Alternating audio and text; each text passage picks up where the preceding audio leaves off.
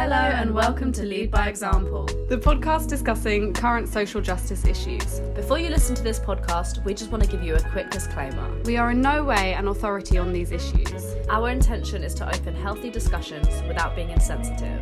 Due to the length of this podcast, we are aware that we may not cover every intersection of injustice. However, our aim is to build an understanding of all types of social issues which are intrinsically connected so that they can be better addressed. We encourage anyone listening to this podcast to take part in the discussions and feel free to ask any questions or suggest topics to us. We hope you enjoy today's podcast.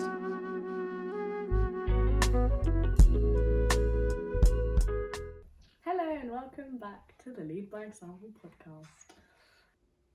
Hi guys and welcome back. Today we're going to be talking about the environment, climate change, global warming, and I guess the importance of not ignoring the situation that's going on, educating yourself, and how pressing it is, I guess. Oh, I don't even know what I'm saying, yeah. How pressing the situation is. So hopefully this podcast will give you a little bit more information, equip you with some resources to go out and hopefully make a change, save the planet. This book is very good. If anyone wants to go read it, it's called This Changes Everything by Naomi Klein. She basically outlines the connection between capitalism and climate and how they're the same thing and they are interlinked and you can't separate one from the other, and basically how climate isn't like a political issue, it's an issue of like society and capitalism and blah blah blah. So she talks a lot about like consumerism and stuff like that. Capitalism is basically the society that we've got at the moment, which is built on profit and supply and demand, basically. Yeah. So which I think I described in the last one, didn't I? Or in one of them, I described supply and demand, and basically suppliers, organisations, companies respond to demand from consumers. So consumer is just the public, everyone who wants a product or wants a good or something.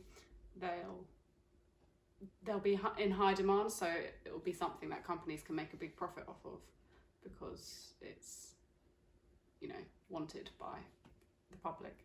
And it's very focused on profit and not elitism, but kind of like reaching the top. It's very competitive, I would say.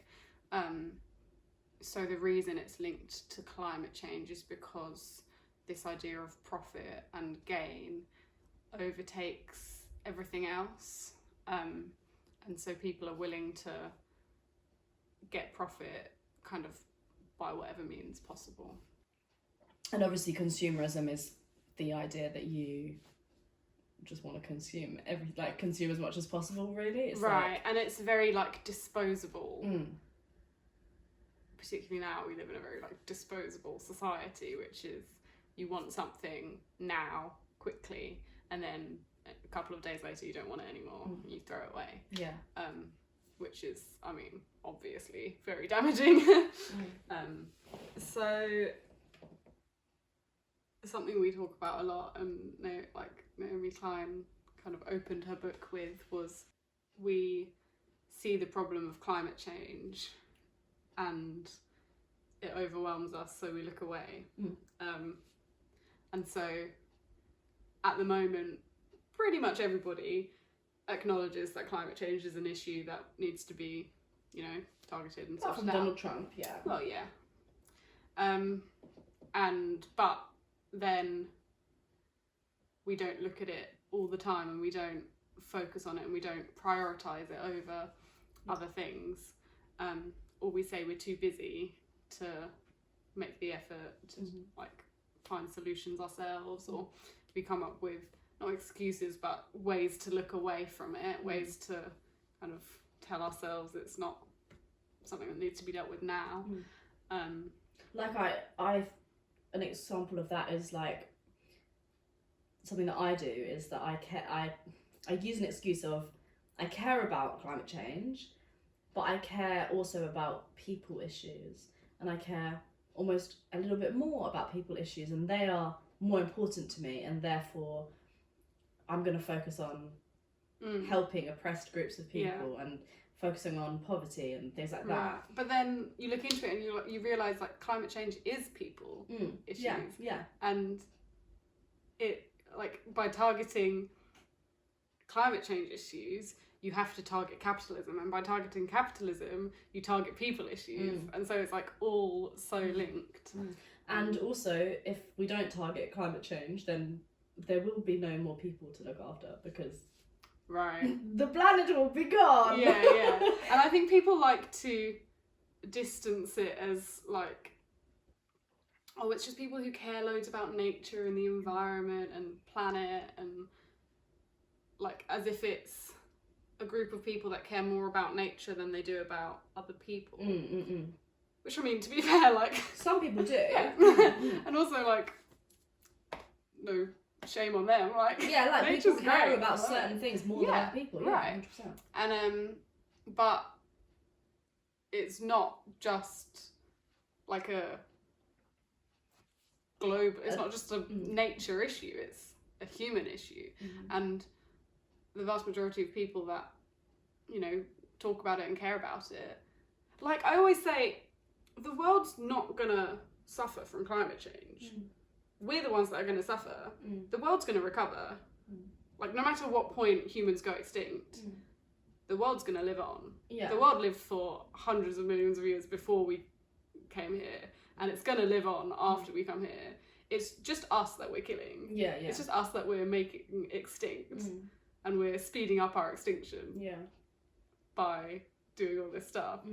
So no one's here, like, I'm not here trying to, like, preach that, oh, we need to save the world because the planet's going to die. No, the planet's going to be fine just as soon as we're gone. Unless we find a better way of, you know, preserving it for our own survival.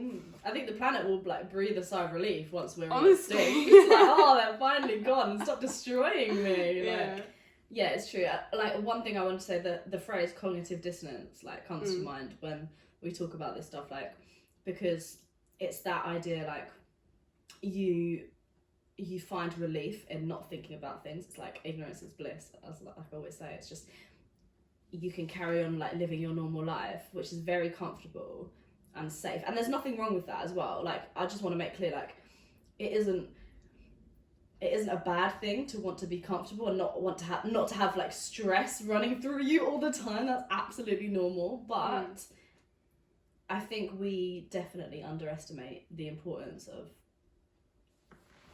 like, I think sometimes the more you look into, like how she says, the more you look into these issues, the more scared, like, the more overwhelming it is, the more scared you get, and the more you're like the implications oh my gosh, and you can choose to look away, which obviously will make you feel like safer and relief, but essentially you're not ignoring, the issue is still happening, you're just ignoring it. Yeah, it's terrifying, like, that we're at such a turning point at the moment as well, because we are, like, fully running out of time to stop any kind of irreversible effects of it.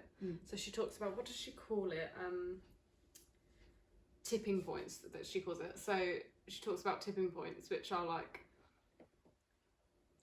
things that we can't really predict, that we don't know, because we've never kind of experienced this type of heating in the world in history. We've never come on, like, heated up the planet this much. So we don't know what effects it's going to have. And the tipping points are the parts where we kind of set into motion a level of carbon release or a level of emissions that kind of trip a switch. So, for example, they talk about releasing permafrost, that's what it is, releasing methane from, like, permafrost in the Arctic. That's been trapped under the ice for hundreds of millions of years. And obviously methane is, like, a very big greenhouse gas. And obviously as the ice is melting, it's getting closer and closer to these huge kind of bubbles of methane that are then released into the environment, and we don't know how much is there. We don't know how like big the effect is going to be, and if it carries on melting, this methane is released, which then heats the planet more, so it carries on melting more, and then more methane is released. Speeds it up. So then it's out of our control entirely, and it seems out of our control now, but really, if we kind of all, you know, did the things that we need to do, because this is the other thing, we know what we need to do. I say it to you all the time, like, the infrastructure is there, we know what we need to do, but we're choosing not to do it. Like, it's just like, so I could understand it more if it was like this big issue which we were kind of like struggling to figure out, how can we change this, well, like, what do we do?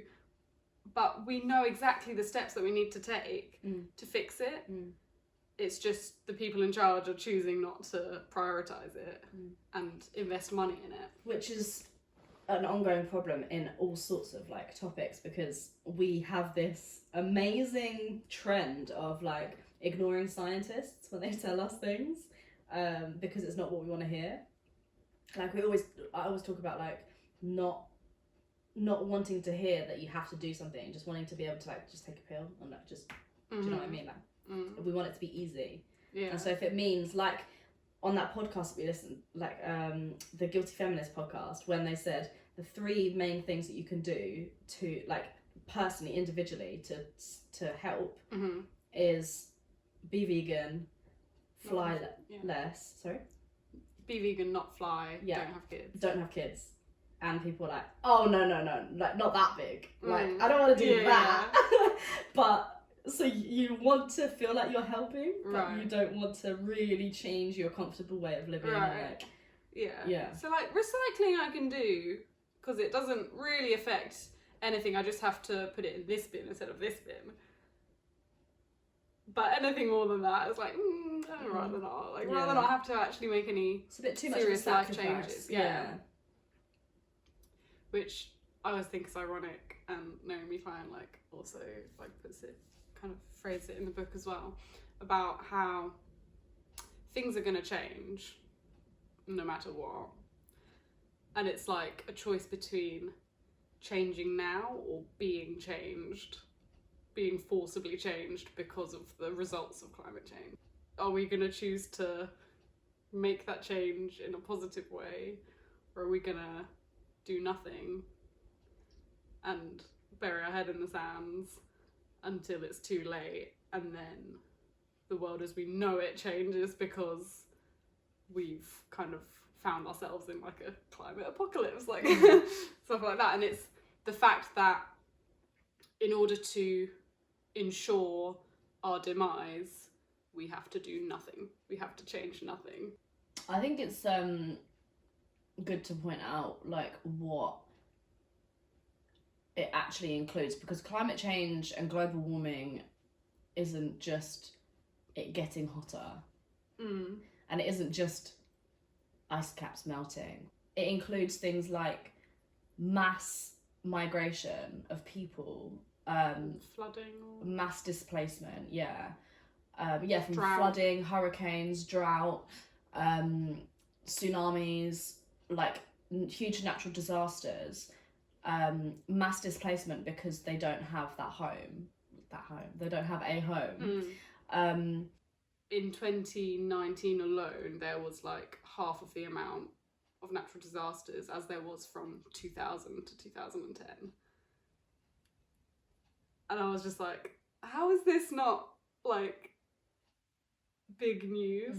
That, because this is the thing, like people talk about natural disasters and you don't think about the frequency of them and what that means.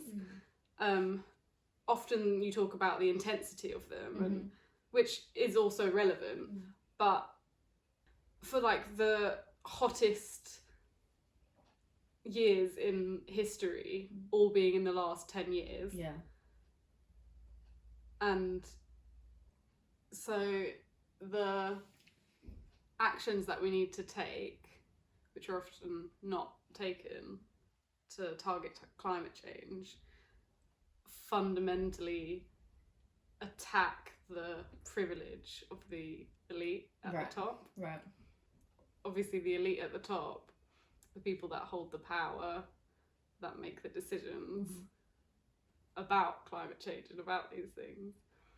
And so they're, like you said earlier, they're not gonna give up their own wealth and their own privilege for it. So you just look at like Donald Trump pulling out of the Paris Agreement, and you think about like the motivations behind that, and even the motivations that he gave for that were that there's more important things for America, and we need to be focusing on other issues, but kind of ignoring the fact that climate change includes all of these other issues and touches on all of these other issues and stuff, which he claims to be, you know, fighting for. And again, there will be no other issues if you don't tackle climate change. This is the thing. And we don't know when it's going to happen. And I always get told, like, oh, you're being dramatic saying it's, like, it's round the corner. It's not round the corner. It'll be hundreds of years, blah, blah. But you don't know that. You don't know that it couldn't happen in my lifetime or my kid's lifetime because of these, like, not trigger points, but tipping points, which I was saying, like, we don't know what we're going to set into motion, which could then speed up what's happening and cause all sorts of ecological breakdown. It's like an Inconvenient Truth. Yeah. My favourite film. Where Al Gore talks about this is going to sound like the dumbest explanation ever, but like the direction of the water in the sea, the currents. The currents, yeah. So like with the hot water and like the cold water going underneath, right, and the hot water going around. We might have to like insert a diagram of this because it makes no sense. But then essentially even if a small amount of Greenland melts, that cold water will, or could, or probably will, would filter into that stream and set off an ice age for Europe. So he was looking into the history of what set off former ice ages, and he was saying that there was an ice sheet across Canada, and that as the world warmed slightly, it warmed the water kind of underneath the ice sheet of Canada, which then made the ice on the water melt, which then stopped which was stopping the ice from the land kind of slipping into the sea. So then all of the ice from the land started melting and slipping into the ocean, and this cold water was at the point of the current which needed hot water, so it changed the temperature of the current, which essentially switched the current off, so the current stopped kind of moving around the world's oceans, which then stopped that movement of warm water, which then triggered an ice age. And then he was saying, oh, and it's not like but it's okay because there's not any other big ice sheets near that current. And then it like kind of zooms out to Greenland, and you're like, oh, okay, maybe there it is. And it's like, obviously it's not, this will happen if Greenland melts, but it's a possibility, and it's one of those things, again, which we just can't predict. And it's just not worth playing the game. Right. Like, I don't know about anyone else, but I don't feel like going into an ice age. Like, the way that I enjoy these hot summers, you know, I don't think any of us will cope very well in an ice age. The other interesting thing I thought from that Inconvenient, I think it was the sequel, but he was comparing the amount of average days, warmer than average days, extremely hot days, cooler than average days and extremely cold days. And so I think it was the 80s that he had this graph, and it was very much like I don't know what that shape is. Like, there's a word for it. Like a U shape. Like upside down. Like if you go to Thorpe Park and you go on stealth, it's that. But it's even, you know? Yeah. So most of the days were in average, and then there were some above average, some below average, and a very small, kind of insignificant number of extremely on both sides. The most recent one, there was the whole kind of U shape had shifted up the scale, so there were more extremely hot days than there were cooler days. So not extremely cold days, but just cooler days in general. And the number of average days was very small, and the number of above average days was the highest kind of category. So a quick explanation as to kind of how global warming works and greenhouse gases and all of that is that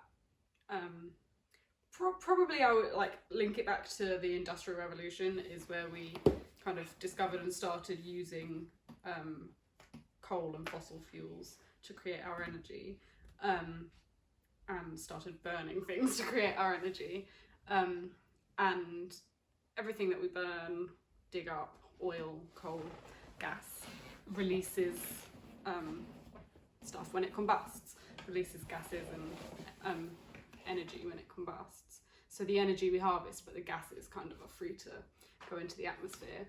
And so putting that aside for a second, then when you talk about energy from the sun and heat from the sun, it comes through our atmosphere, hits the earth and bounces back off. The majority of it bounces back off, is reflected off back into space. And that's good, and that's what we need to survive. It's kind of given us the atmosphere and the climate that we are able to thrive in. But a big part of that kind of reflection process is the ice sheets. And obviously the atmosphere is kind of built perfectly to allow the heat to come in and go out as it pleases. Like, I'm personifying it, but you know what I mean. As it works. Yeah. And so then going back to the gases that we release, they get trapped in the atmosphere and kind of form like a blanket around the atmosphere. So when the sun energy comes in, it then gets caught like underneath these gases, which traps more heat than we need, which causes obviously climate change and all of the natural disasters and blah blah blah.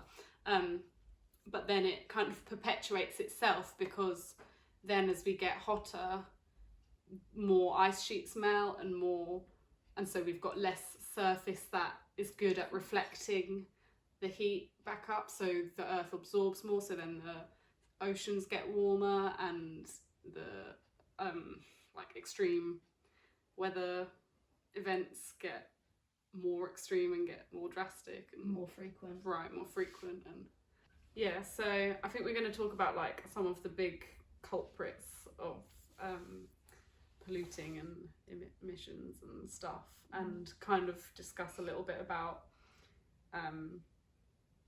not solutions as such, but ways to target them and ways to make them less of an issue. In Britain, this is as of 2014, 12% of our greenhouse gases were from like the food industry, agricultural. Oh no, groceries, yeah, food. Discuss. Right, yeah, so the government's very aware of the fact that this is, you know, one of our biggest contributors. But there's no regulations on farming. There's no incentives to farmers to, you know, make things low carbon, low emissions. There's no incentives for buyers to support like local growth and produce, or eat seasonally rather than all year round, which basically means just eating the things that we can grow here at the different times of year when we can grow them.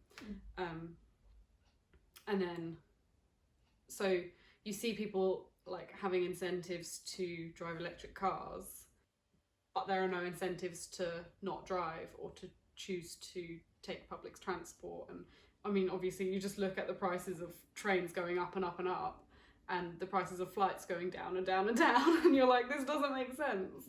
And I mean, public transport is like a very big one for me, where I'm just like, we need to invest more money in this and like make it more accessible and make it more reliable. And then another one is the meat industry, which I'll let you talk about because it's your favourite subject. Oh, maybe not whilst you're having a cup of it. Like we said, there's those 3 biggest things that you can do individually to contribute. Sorry. Do you want to explain a little bit why the meat industry is bad? So predominantly it comes from, I guess, industrial agriculture. Why can't I speak? Where obviously traditionally farming was very much like an individual. You had a farm, you have like 4 cows, you have 3 chickens, and that's like how you run your farm. And you provide like locally for your like local area, whether that's your family or whether that's like the people in your hamlet or your village.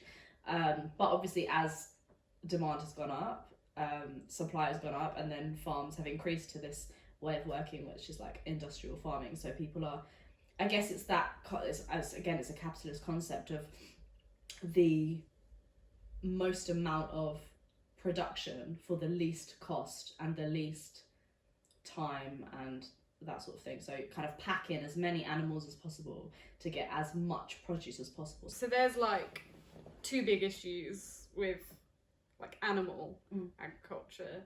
One is like the methane that the animals and the waste that the animals produce themselves. The second is all of the land and resources required to feed the animals, because obviously an animal needs to grow, and they overfeed animals so that they get the kind of right kind of beef that people want. And so the land that it requires to get the food and to harvest the food or to have the pastures for them to feed is ridiculous compared and also to the water, isn't it? Right. And this is where you see forest and other crops being wiped out and being burnt down in order to create more space for agricultural crops. And it's like the vast majority is crops to feed animals. It's not crops to feed humans. And in the film, I'll again link it in the bottom, in the film Before the Flood, they show kind of percentages of how many people could eat off of this land, and I think it compares the land used to feed animals compared to the land used to, create crops and vegetables that humans eat. And the land to feed animals is like, I think like 70% compared to 30% that is used for our food. Air travel. Quite an easy one, really. Yes. Understandable why it pollutes, because jet fuel. Yeah. It's bad, and very easy solution is to fly less. Yeah. I want to talk about a little bit about what's it called? Offsetting. Because lots of people view offsetting as like this big great solution. And by all means, don't let this be something that stops you from offsetting. If you are going on offsetting, anyway, sorry, I'm getting ahead of myself. If you don't know what it is, do you know what it is? You've heard of it, yeah. So it's like, paying a small amount of money, investing in a project that offsets, inverted commas, the carbon that you emit from the flight that you go on to Spain, wherever. So there's lots of different offsetting projects, but a lot of it is like planting trees in forests, or working on methods to extract carbon from the atmosphere. There's various different ones, but so a lot of people use offsetting as an excuse to almost travel more, and as a way to, I want to go on holiday, but it's fine, I'll offset my emissions. And I think it's fine when it's, I have to have this flight and therefore I'm going to invest in like offsetting. The problem comes when that the idea that you're offsetting means that that's like a moral feeding pardon. it's like allowing you basically like it's what's the word, it's like, so it's clearing your conscience. And the reason why that's a problem is because then when you start to use it as like a conscience clearer for every time you go on holiday, and therefore you're going to go on holiday more and use flights more because you think that you're offsetting, that's not a solution. Right. So it gets a little bit out of hand. A solution is more just cutting down your flights. I mean, there isn't an easy solution to that because people want to travel. People have a desire to travel. I have a desire to travel. And it's another thing which is like the system that we're in is built on air travel. And there's not really a solution for that. People haven't found a sustainable jet fuel. And also, the culture that we're in is such a global culture as well. So like 50, 60 years ago, people weren't traveling like the way that we are now. And so it's partly like the fact that it's so normalized that we can just travel to like Australia in a day, and then and it's like that comparison culture again, of you see everyone else doing it and you're like, oh, that looks amazing, I want to do that. I'm not going to go to people and say, oh, you just shouldn't travel, because that's not going to help people. But I guess it's like understanding. Try Interrail, go like on like rail across Europe or something. Try a Europe trip. Yeah. Using trains and public transport. There's a website where you can kind of calculate your carbon footprint, which again I'll link in the description. You can kind of just like your lifestyle, so about your eating habits and your travel, like methods of transport, and your heating and stuff in your house and stuff like that. And another kind of like, I would say obvious one, but then it's not that obvious because we're in like, it's such a normal thing for people to want to have families, and I think it's probably quite an instinctual thing to want to have family, have kids. Yeah, I guess it's not for me, but it is like programmed into our number one, our culture, and number two, our species. Like we are a reproductive species, and so we have these like hormones in us that make us want to see ourselves in a baby, like, or in another human, which is so bizarre when you think, like, if you think about the physiological concept, it's just so strange. Okay, so one issue we have in the world is overpopulation, which then leads on to overconsumption. So one of the biggest things you can do is either not have kids or have a limited amount of kids, so have one child per two people.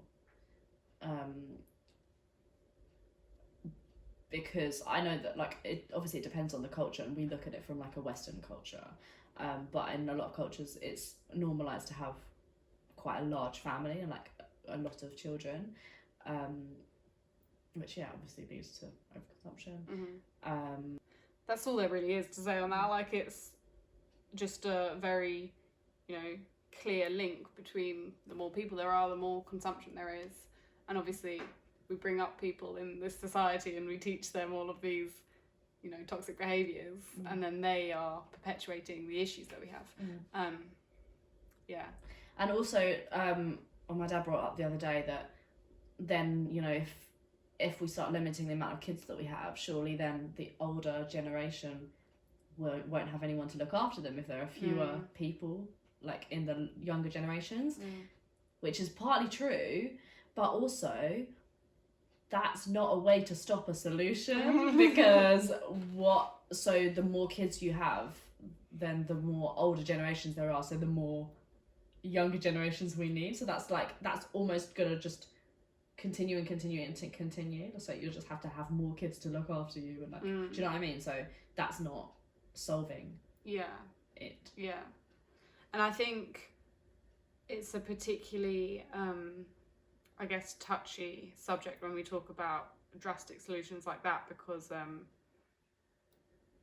it's kind of very, like, you could never really enforce things like that without it being problematic and kind of infringing on people's Human free rights, will and stuff like that. So it is hard to go out preaching like, oh, you should only be having one child, but I think it's just like knowing what solutions exist and what methods exist to help this issue, and finding the ones which work for you. And ideally it would be more than just one, but everyone starts somewhere, and if the one thing you can do that feels right for you is to not have kids, then make that decision.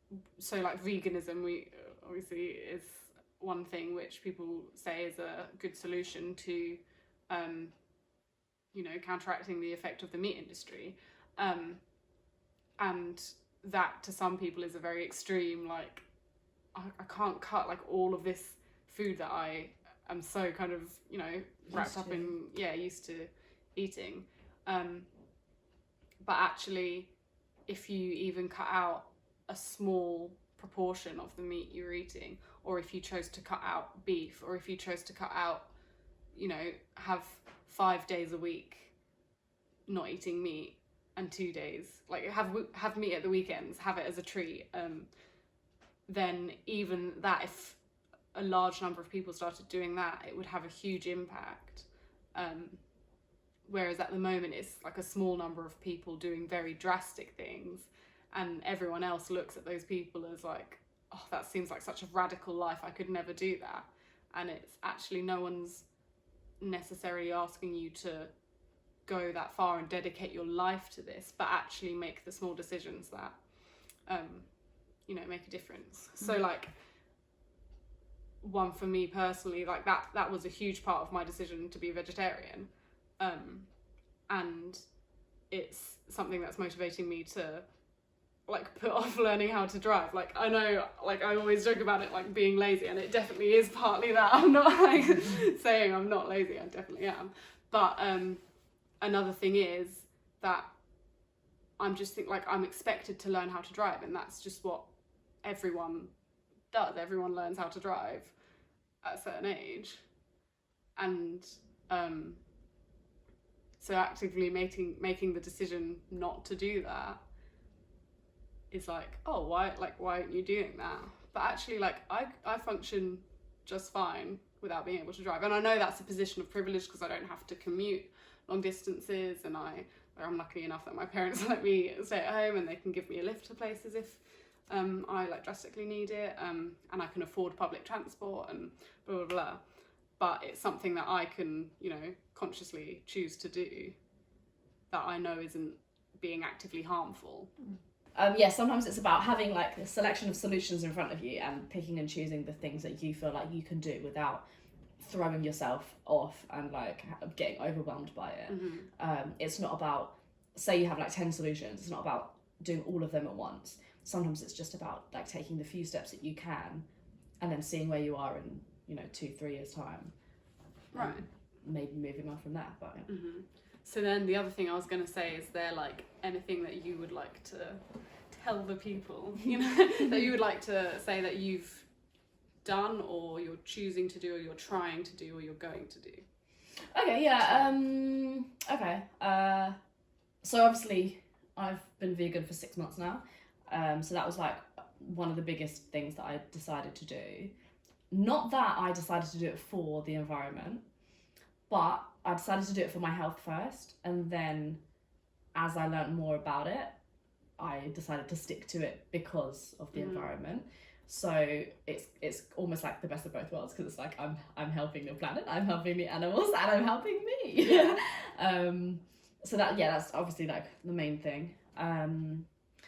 I definitely have like kind of made certain decisions, like with your learning to drive, and I didn't even think about that before, but once you've said that to me, I've kind of put myself in the same position and thought, actually I can actively make a choice not to do that then. Again, not that I'm like not lazy, and like not that I don't want to do it, you know. And what else? Obviously fast fashion for me is like definitely something I'm trying my best to like get better at. I know that in the future I will get better at it, and I predict that I will, but at the moment I am still obviously a sucker for fast fashion. I don't think we spoke about fast fashion, but we'll probably have like a separate thing that we'll talk about it, because it is such a huge issue as well. So and also just in general, like trying to have more of a minimalist lifestyle. So rather than being taken in by consumerism, like I try to kind of question why I feel that way, or why I want to do that, or why I want this, why I want, these trainers. These trainers is my problem. And like I'm kind of trying to reorganize my life and my priorities now to kind of fit more into like a less impactful way of living. So things like, I know I'm really privileged because my mum likes to grow vegetables, so I can benefit off of that, and therefore like buy less at the supermarket. But yeah, like, so that's definitely something that I would look into, like trying for myself. If I didn't have my mum around, I would probably try and like grow my own vegetables. Grow my own. Wow, I definitely try and do that. What about you? I think like one of the big ones for me was I don't even remember when it was, but so a separate issue which I'd had. What was this going on? Okay. Yeah, so like a big one for me, which links to like a separate issue, was I remember like as a teenager always being like, I don't want kids, and then people being like, oh yeah, but you will when you're older. And it was just like a thing which I was like, okay, I will when I'm older, because everyone's told me that I will want kids when I'm older. And then like as I break that down and I think about it more, I'm like, do I actually want kids, or was I just told that I wanted kids, so I just assumed that it was something that was going to happen? So like I've pretty much made the decision now, like, and I can't say that it's definitely written in stone or anything, but I don't think I'm going to have kids. I don't think at the moment I want kids, but I think if I ever do want kids, I would look down the route of like adoption or fostering, or other than having kids myself. Because this is the other thing which I don't know like how to phrase this, but like there are so many kids out there that need homes, or that need love, and that kind of are left to fend for themselves, and we're all here having our own kids and having our own happy little families, which is fine, but then what happens to those kids? And you look at like the foster system, and you hear stories of people going through the system and stuff, and it's just awful. And you think or on the other hand, you hear people who have been adopted and people who have had that opportunity to have that family life, and the difference that it's made in their life. So yeah, that's a big one for me, I think, at this point. Like I wouldn't have kids.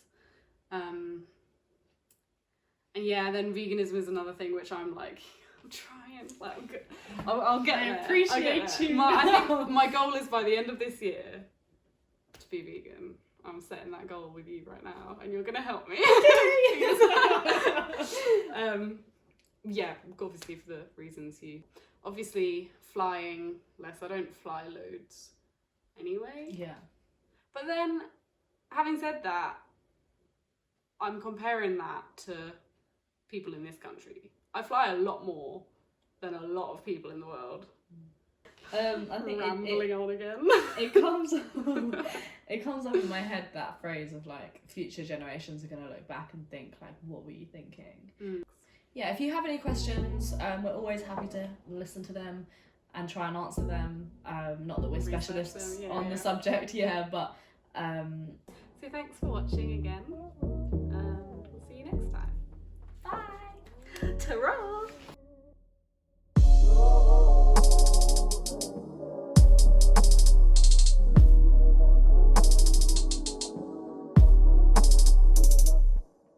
Sounds good.